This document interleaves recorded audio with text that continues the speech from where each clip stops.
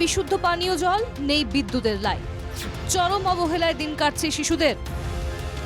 ইংরেজবাজার ব্লকের কাজীগ্রাম পঞ্চায়েতের সাগরদিঘি এলাকার এক অঙ্গনওয়াড়ি কেন্দ্রে আইসিডিএস সেন্টারটির তথৈবচ অবস্থা।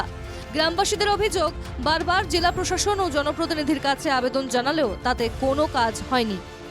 না, এখানে জল পাওয়া যায় না। এখানে ওই সব ট্যাঙ্কি গুলা খারাপ আছে। এখানে ট্যাপ কল করা খারাপ আছে, জল পাওয়া যায় না এখানে। আর ইলেকট্রিক একটু না, এখানে ওই ফ্যান গালাও চলে না।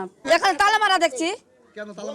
তালা মারা তো খিচুড়ি দিবে না, ওই জন্য বাচ্চাগুলো এসেছে বসে বসে চলে যাচ্ছে। আবার 10টা 12টা অবধি থাকছে বাচ্চাগুলো এখানে। কটার সময় খোলা এটা?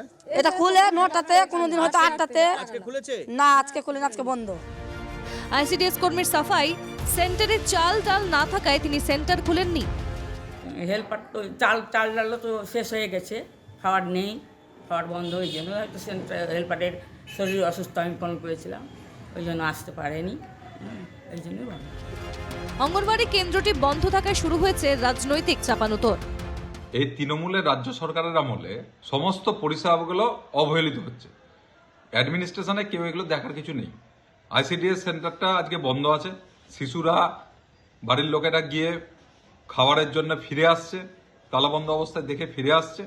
আর যখন আইটিসিএস কর্মীকে জিজ্ঞেস করা হচ্ছে, তিনি বলছেন আমি দুয়ারে সরকারে আছি। দুয়ারে সরকার এবং পাড়ায় সমাধান শুধুমাত্র পশ্চিমবঙ্গ নয়, পশ্চিমবঙ্গের গণ্ডি পেরিয়ে সারা ভারতবর্ষের রাজনৈতিক মানচিত্রে প্রশংসিত হয়েছে।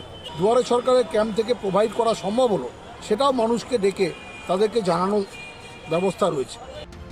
মালদা থেকে সুমিত ঘোষের রিপোর্ট, এনকেটিভি বাংলা।